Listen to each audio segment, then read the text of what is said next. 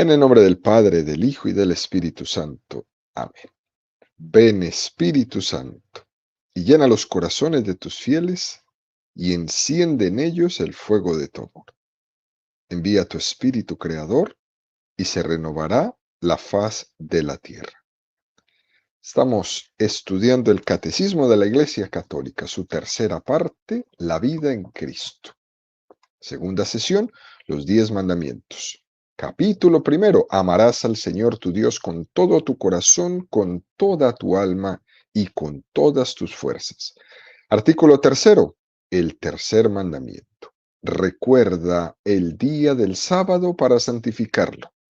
6 días trabajarás y harás todos tus trabajos, pero el día séptimo es día de descanso para el Señor tu Dios.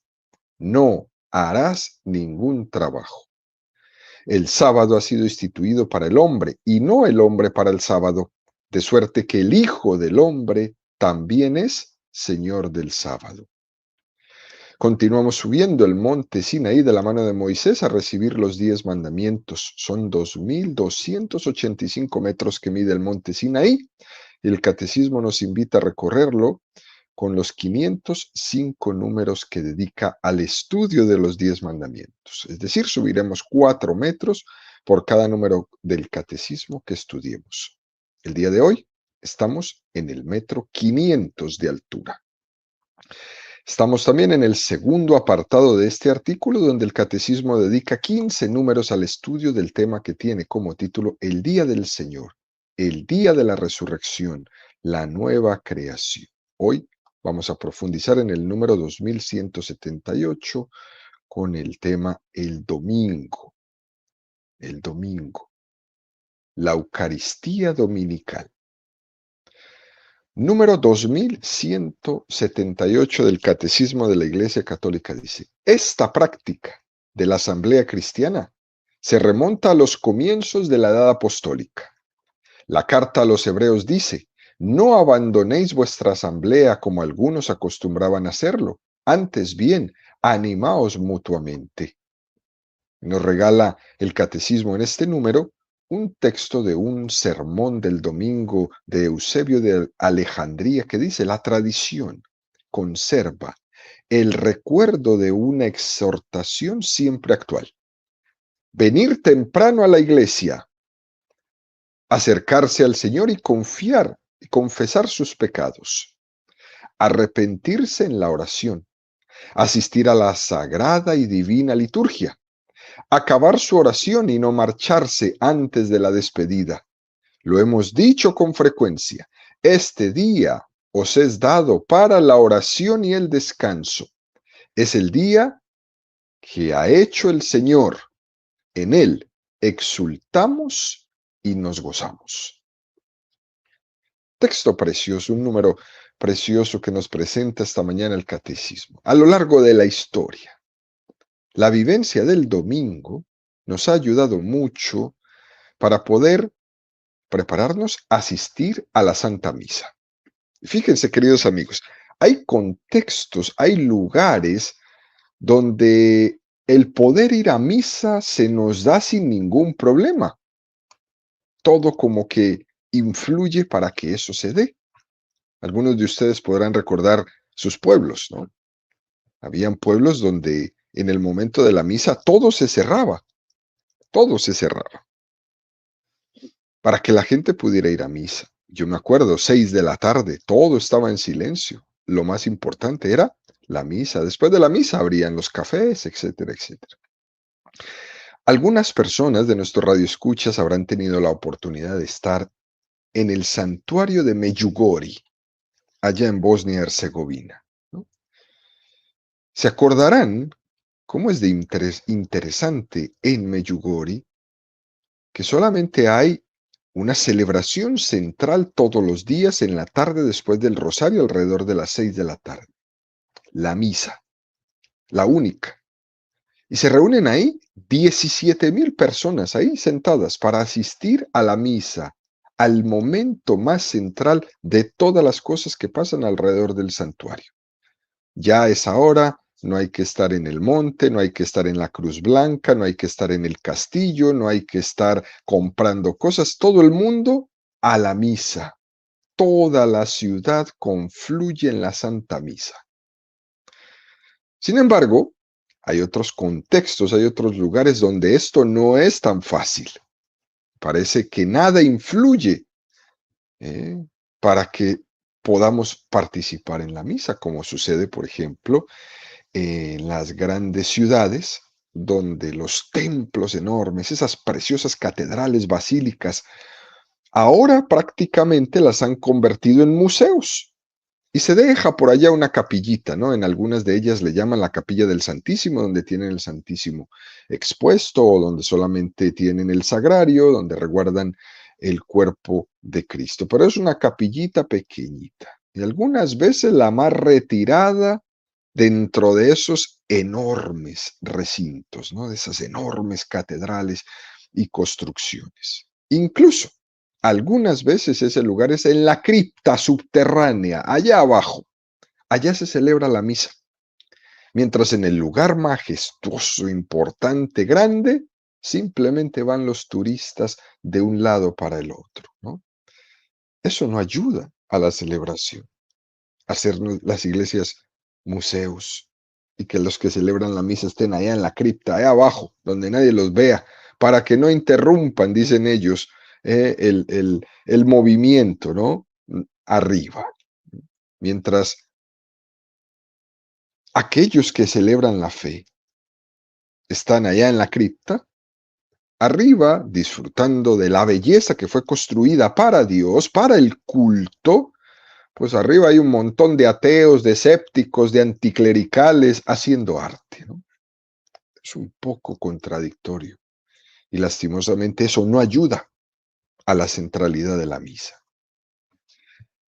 Hay cristianismos más sociológicos, contextos sociológicos donde la vivencia del domingo ha podido ser más o menos fácil, pero lo que hay que hacer, queridos amigos, es hacer de la necesidad virtud, sobre todo en esos contextos sociológicos donde no es fácil la vivencia de la misa dominical, porque hay un montón de ofertas que tiene el hombre moderno para distraerse.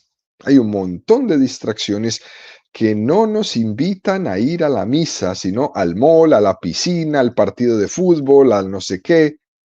E incluso muchas de esas ofertas son completamente anticristianas. Hay que hacer de la necesidad virtud, partiendo del momento presente, no renegando de él, sino diciendo, el Señor quiere que se florezca en este momento determinado la fe y necesitamos todos poner un poco más de nuestro esfuerzo para que eso se dé. También este número del catecismo nos ofrece esta preciosa parte de la homilía de los primeros cristianos, de Eusebio de Alejandría, en un sermón del día domingo.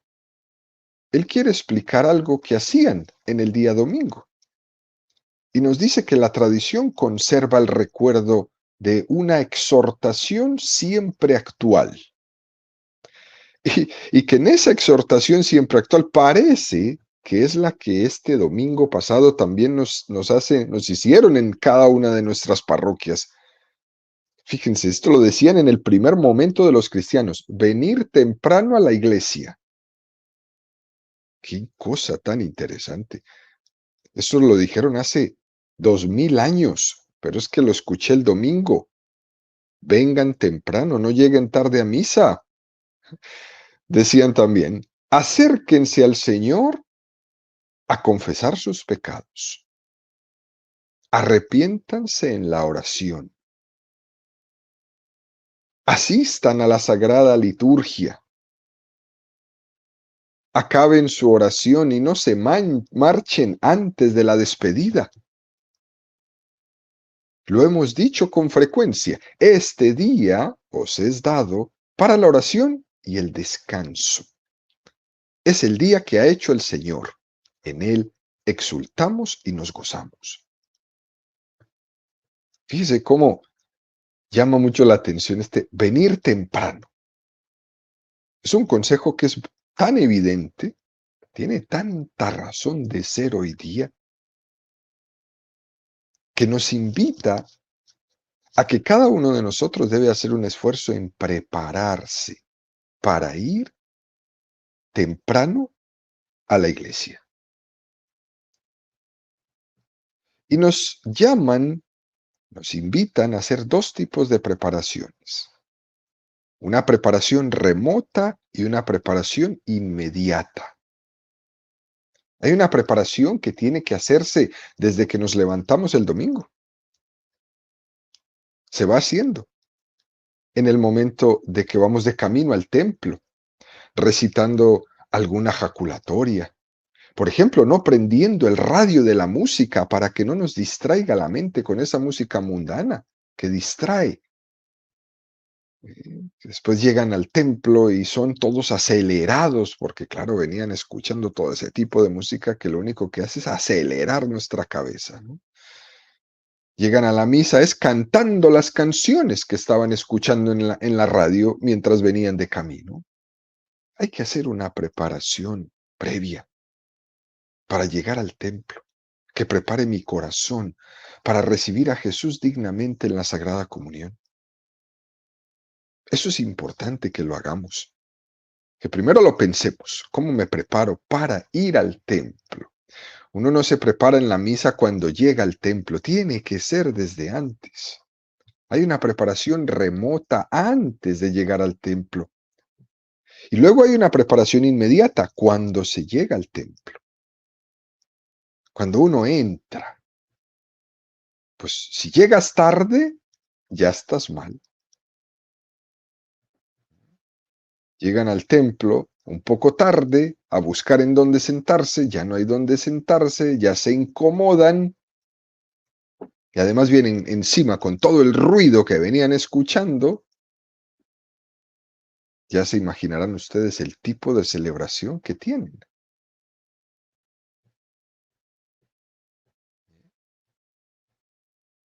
Se va uno sin haber experimentado nada. Es decir, esa persona ha asistido a la liturgia, pero la liturgia no ha entrado en él. No ha entrado en él. Y ahí nos damos cuenta que no es lo mismo asistir que participar. Las personas que van al templo y se quedan en los pasillos y después dice que fueron a misa, eso no es misa. Usted no fue a misa, usted fue al templo, se sentó en el pasillo, pero no estuvo en misa. Es más, están en el pasillo en los teléfonos. Usted no está en misa, no se mienta. Uno se da cuenta que asistir no es participar, que son dos cosas muy diferentes. Por tanto, para pasar de la asistencia a la participación, eso requiere una preparación de la cabeza y del corazón, una preparación remota y una preparación ahí ya inmediata en el templo. Eso es importante. ¿Por qué? Esto lo decía un poco Santa Teresa de Jesús. Nosotros somos seres humanos, ¿sí?, que tenemos una tremenda imaginación y esa imaginación nos distrae de todo. Y decía Santa Teresa que había que dejar el perrito atado en la puerta del templo. Y cuando ella hablaba de perrito, se estaba refiriendo a la imaginación. La imaginación se tiene que dejar en la puerta del templo, porque la imaginación nos impide muchas veces en sus distracciones poder estar con el Señor. Es tan fuerte la imaginación y sobre todo aquella imaginación que no somos capaces de educar, que Santa Teresa la llamaba la loca de la casa. La imaginación es la loca de la casa y uno la tiene que educar, pero nunca nos han enseñado a educar la imaginación, entonces sigue siendo la loca de la casa. Hay que educar la imaginación para entrar en el templo. para poder prepararme mejor para celebrar la Santa Misa el domingo, en una actitud de apertura a la palabra del Señor y no de la cabeza regada por todas partes.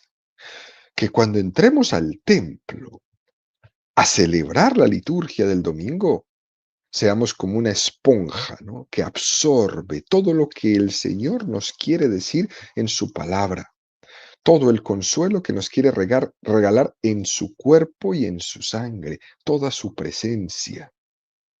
Y para lograr eso, queridos amigos, es necesario que hagamos un acto de presencia de Dios en una buena preparación para ir al templo. Y esto no es de hoy. Fíjense que ya desde los primeros cristianos les decían: lleguen temprano. Señor, vengo ante ti para que tú me hables. Yo tengo muchas preocupaciones, tengo muchas cosas en la mente, tengo muchas distracciones en mi imaginación, pero ahora lo pongo todo en tu presencia. Mi vida, mis preocupaciones, mi estrés, mis ansiedades, mis retos, todo lo pongo ante ti. Y ayúdame a estar atento, a poder escuchar lo que quieras decirme. Habla, Señor, que tu siervo te escucha. Esa debe de ser mi actitud en el momento de llegar al templo. Y entonces, con una apertura, sin duda alguna, la celebración eucarística la vamos a tomar con otra actitud. Por el contrario, es fácil que asistamos, pero no participemos de la liturgia, que no nos importe lo que allí se diga, ni lo que allí suceda, ni lo que allí se haga. Yo estoy aquí porque me trajeron y nunca me expongo a cambiar esa actitud de que me obligaron. Y eso lo podemos decir de los papás, de las mamás y de los niños, no se diga de los adolescentes, ¿no? Le escuché un día a un maestro de la vida espiritual decir algo que me llamó mucho la atención, ¿no? Él estaba hablando de la preparación de antes y la vivencia de la celebración de la Santa Misa. Y él decía: si hubiera que elegir sobre qué es más importante, ¿no?, si el tiempo de preparación previa a la misa o el tiempo posterior de acción de gracias, es más importante el tiempo de preparación. El tiempo de preparación para la misa. Nosotros tradicionalmente le damos un poco importancia más a la acción de gracias después de la comunión, ¿sí? Después de la misa puedes quedarte un tiempo en acción de gracias. Eso lo vemos más frecuencia,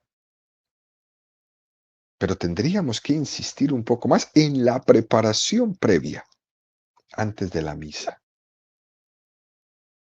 Es decir, yo no voy a la iglesia para que mientras que haya una liturgia yo rece. No, yo voy para hacer mía esa liturgia que se está celebrando.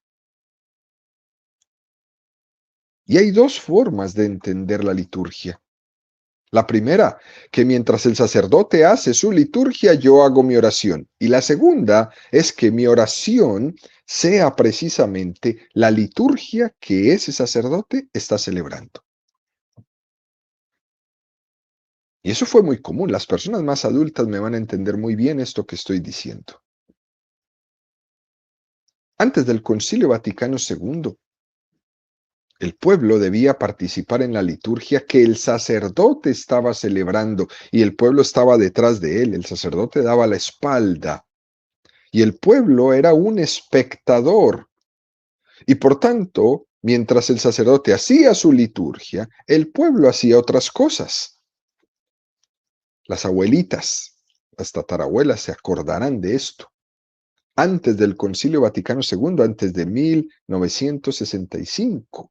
Era común que las personas que asistían a la Santa Misa, mientras el sacerdote celebraba de espaldas al pueblo en lengua latina, la gente en las bancas rezaba el rosario, hacía el Vía Crucis, leía un libro de vida espiritual y después le respondían las 2 o 3 veces que el sacerdote hacía alguna locución, comulgaban y se iban.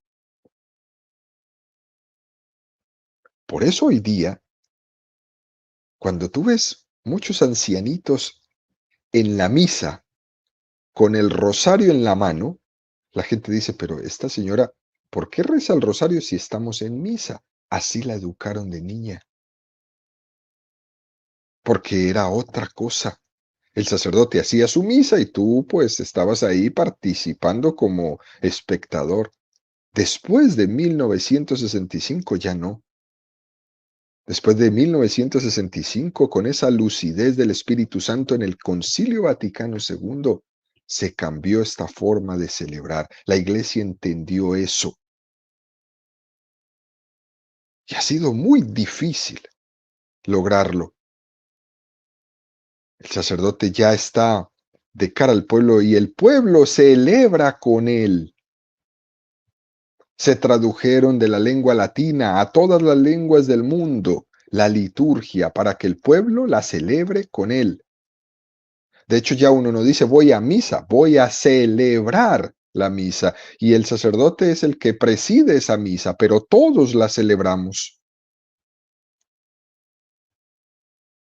Y así con los demás sacramentos. Se tradujeron en las lenguas de cada uno de los pueblos. Para eso, no rezo durante la Santa Misa.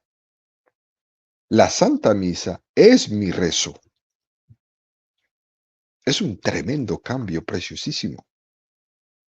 Cuando el sacerdote está diciendo por Cristo, con Él y en Él, a ti Dios Padre Omnipotente, todo honor y toda gloria por los siglos de los siglos.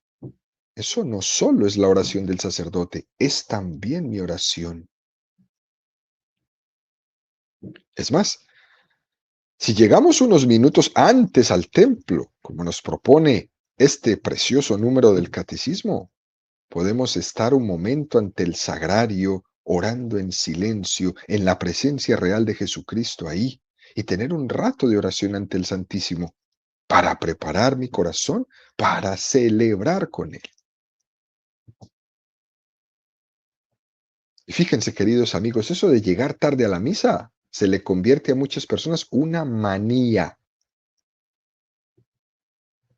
No solo lo hacen una vez, ni en un lugar, se les convierte en una manía de siempre llegar tarde a la misa. Y eso se tiene que purificar, queridos amigos. También se insiste en este número que hay que acercarse al Señor y confesar sus pecados, arrepentirse en la oración. La confesión es una de las santas preparaciones para recibir la Eucaristía. Qué cosa tan bonita. Y todas las personas que pueden acercarse al sacramento de la confesión, no dejen de hacerlo. No dejen que el demonio les siga ganando con todas esas teorías y que para qué te vas a confesar con un cura, que ese cura es más pecador que tú, que mejor tú sola con Dios y ya nos enredamos la cabeza y empezamos a abandonar el sacramento de la confesión. Y muchos de los que me escuchan deben de preguntarse ahorita, ¿hace cuántos años no te confiesas? Posiblemente ya pasaron unos cuantos y tú pensaste que fue ayer, pero no, no fue ayer, fue hace 3 años. Muy interesante. No hay que abandonar la confesión. Esto se lo decían a los primeros cristianos y hoy también a nosotros. Hay que acercarse al Señor y confesar sus pecados y arrepentirse en la oración. Por tanto, la liturgia de la Iglesia Católica es una escuela de oración. Cuando yo me dirijo a solas con Dios y rezo con Dios, como dicen algunas de las sectas, solito, no soy capaz de dirigirme a Dios con la riqueza que tengo en la liturgia católica.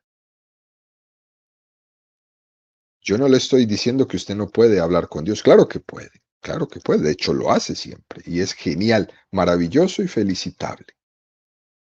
Pero te falta esa riqueza de la liturgia que se ha hecho para esa alabanza y esa oración y ese agradecimiento a Dios.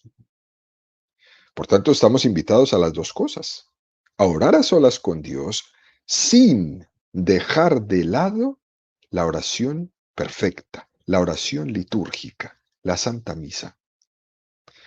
Así que no se crea el cuento de que usted no va a ir a misa el domingo, pero va a hacer una oracioncita solo. Eso no sirve, no sirve. Mi oración sola no suple la oración litúrgica de la iglesia en domingo. Y luego dice, acabar su oración y no marcharse antes de la despedida. Oiga, es que esto es como si nos lo hubieran dicho el domingo. ¿Cuántas veces hemos escuchado, no? Se sale después de que salga el ministro que presidió la liturgia. ¿Cuántas veces hemos escuchado que se le invita a la gente a hacer una acción de gracias más alargada? Pero ahí tienes a las personas, comulgan y se van. En algunas parroquias dicen la disculpa, ni siquiera reciben la bendición final, comulgan y se van, que para que no les agarre el tráfico saliendo del parqueadero. Dios mío, tienes todo el domingo lo hicieron, lo hizo Dios, no lo regaló Dios para el culto. Tienes, deberías tener todo el tiempo para salir tranquilamente.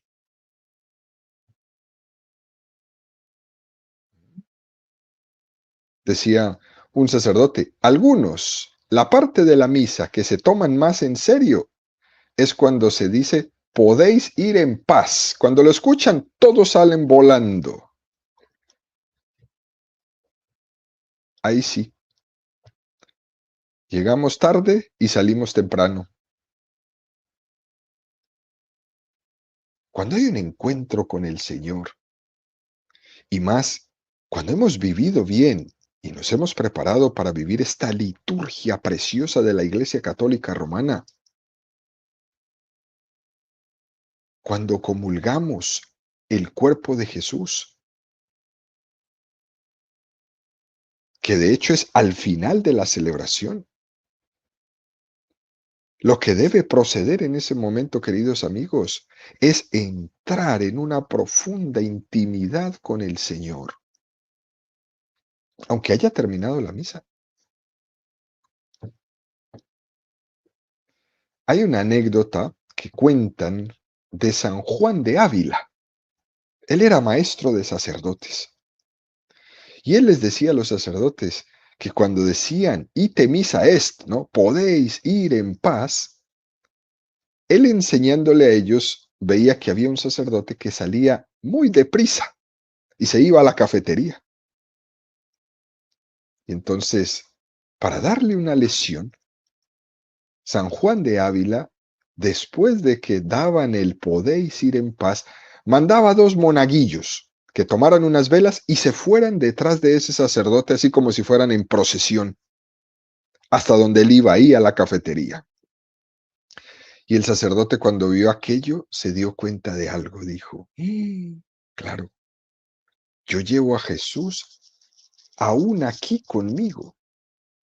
Soy como una custodia, soy como un sagrario, porque acabo de comulgar. Imagínense ustedes en domingo, en su parroquia, todas las personas que acaban de comulgar son como custodias que salen del templo. Deberíamos incluso tener casi una velita para cada persona, porque va iluminando el mundo. Por tanto, qué triste es que una persona acaba de comulgar, se monta en su carro y empieza a pelear con el otro en el parqueadero porque no se mueve a salir rápido. dañó su comunión.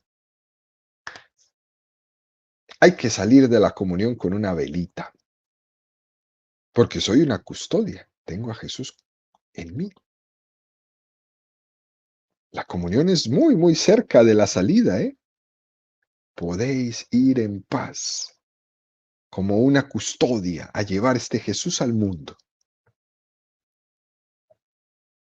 Y por eso es tan interesante que cuando uno comulga y dan la oración colecta final y después vienen los avisos parroquiales, en vez de irse, es un momento en oración para uno sentarse y escuchar lo que va a pasar en la vida parroquial.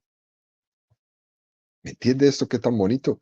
Los avisos que hay después de la comunión, después de la oración, antes de la bendición final, es para uno escuchar con toda la apertura que me acaba de dar la comunión sagrada de la vida parroquial. Tendremos un retiro, tendremos un encuentro, tendremos una clase, tendremos una visita, tendremos las confirmaciones, todos los avisos que se dan en las parroquias. Esa es la vida de la comunidad. Y cuando yo la escucho después de comulgar, la acojo con agrado. La vida de comunidad la acojo, la escucho con agrado. Porque luego se quejan de que la parroquia no hace nada. Pero ¿y cómo no hace nada? Lo que pasa es que usted comulga y se va. Les entregan el boletín y pues lo arrugan o lo rompen o lo hacen bolita, lo tiran allá en la basura o lo dejan en el carro tirado o en la casa cuando llegan al arrume de papeles y de correo que está ahí. Pero no se lee, no se entera uno de todo lo que está pasando en su parroquia. Porque tengo un completo desinterés de la vida parroquial. Cuando uno se interesa, uno lee, uno escucha los avisos, después mira su boletín y dice, mira, va a haber este encuentro, este retiro. Oh, mira, esto fue lo que colectamos esta semana, estamos bajos en la colecta, estamos altos en la colecta, lo que sea. Va a venir el obispo tal día, van a tener la celebración de todos los matrimonios que cumplieron 50 años de matrimonio, de 60 años de matrimonio, la misa de esto. Muy interesante. Estar con el corazón abierto para escuchar la vida parroquial. Luego dice el texto, lo hemos dicho con frecuencia, este día os es dado para la oración y el descanso. Ya hemos hablado en varias catequesis de esto. La Santa Misa bien celebrada es la que está bien integrada en la buena vivencia de todo el día domingo, de todo el día domingo. No solamente en la horita que voy a la misa, sino todo el día para que hagamos cosas santas. El domingo es para hacer cosas santas y ya hemos explicado en varias catequesis qué eran esas cosas santas. Por tanto, uno de los indicativos que nos pone como una luz roja en nuestra vida espiritual es cuando vivimos la Santa Misa del domingo con ese, pues a ver dónde la encajo, a ver dónde me encuentro un hueco para ir a misa. Eso es un semáforo rojo de que su vida espiritual está muy mal. Si usted está buscando un hueco en su agenda para ir a misa, está fatal su vida espiritual. La misa tiene que ser el centro de su día. Y el demás tiempo es para hacer cosas santas. Así de simple.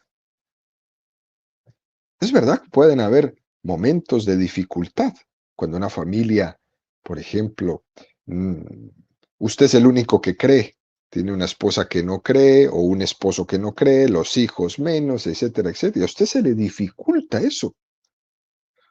O incluso en su grupo social, ¿no? Nadie cree y a usted se le dificulta eso. O tiene un enfermo en la casa, o tiene un bebé, o tiene muchos niños y se le dificulta y a veces sacar el momento, poner en el centro de todo su Eucaristía. Puede pasar, pero aún así, lo cierto es que en estos casos, queridos amigos, uno tiene que llenarse de mucha personalidad, sobre todo cuando su entorno es contrario a su celebración. cuando nadie le quiere acompañar. Además de ser un buen momento para que usted haga un apostolado, uno tiene que tener la suficiente personalidad para decirle a todo el mundo, yo me voy a mi misa. Si quieren venir bien y si no, yo me voy. Uno tiene que tener la suficiente personalidad para enfrentarse a los alejados y que no los alejados me alejen del Señor. Y uno tiene que ser así, transparente, firme con todos ellos. Me voy a la misa, luego ya vengo. Y cuando vengo vemos qué hacemos. ¿Quieren ir conmigo? No, entonces me esperan. El ideal más grande sería que la familia fuera a la misa. Eso sería un don de Dios, una cosa para agradecerle a aquellos que todavía lo pueden hacer. Agradézcale a Dios ese don. Pero si no, usted tiene que ponerse firme para que no se deje llevar de aquellos que le alejan. No pierda su misa por eso. Al final termina este texto diciendo, es el día que ha hecho el Señor. En él exultamos y nos gozamos. Es decir, hay alegría en el domingo. Hay dos tipos de alegrías, ¿no? Las alegrías carnales y las alegrías espirituales. Ahora estamos subrayando las alegrías espirituales, aquellas que son capaces de alegrar lo más profundo de nuestro ser, y es la toma de conciencia de que Dios está conmigo. Eso da una alegría impresionante. Ahorita en los momentos difíciles de nuestra comunidad, en los momentos de nerviosismo, Dios está conmigo. ¿Quién contra mí? Eso me llena de alegría. Y tenemos que buscar esta alegría. También me llena de alegría el poder celebrar la fe con mi familia, sin duda. El poder compartir con los amigos la fe también te llena de alegría espiritual. Pero las alegrías espirituales preparan las alegrías humanas. Por eso un cristiano que celebra el domingo, una primera cosa que tiene que hacer es preguntarse, ¿cómo estoy por dentro hoy para celebrar este día domingo? ¿Estoy triste? ¿Estoy amargado? ¿Estoy estresado? ¿Cómo estoy? ¿Cómo me encuentro hoy? Para que pueda experimentar la paz y la alegría que es dada cuando se vive bien la liturgia de la misa. Para que experimente cómo se ilumina todo después de que tomas la comunión. Y uno va a la misa y ofrenda ese estado de ánimo que tiene, quizás muy adverso, quizás muy difícil, por la pereza, por el cansancio, por la complicación, por la tristeza o lo que sea. Eso lo voy a llevar al altar para ofrecerlo ahí en mi misa y lograr, por medio de este ofrecimiento, cambiar esa situación, cambiar esa realidad mía, de mi familia, de mi entorno, de mi comunidad. Por ejemplo, ahora, en momentos difíciles, este es el momento donde la gente tiene que ir a buscar al Señor más. La comunidad no debe de empezar a decir, no, no voy a ir a misa, no sea que me agarre el policía manejando. No. Este es el momento de acercarse al Señor, no de alejarse de Él, no de esconderse de Él. Difícil, ¿no? Decisiones fuertes. Concluimos, queridos amigos, ¿no? Hay momentos en la vida donde tenemos que tener opciones fundamentales, donde tenemos que optar por la alegría espiritual.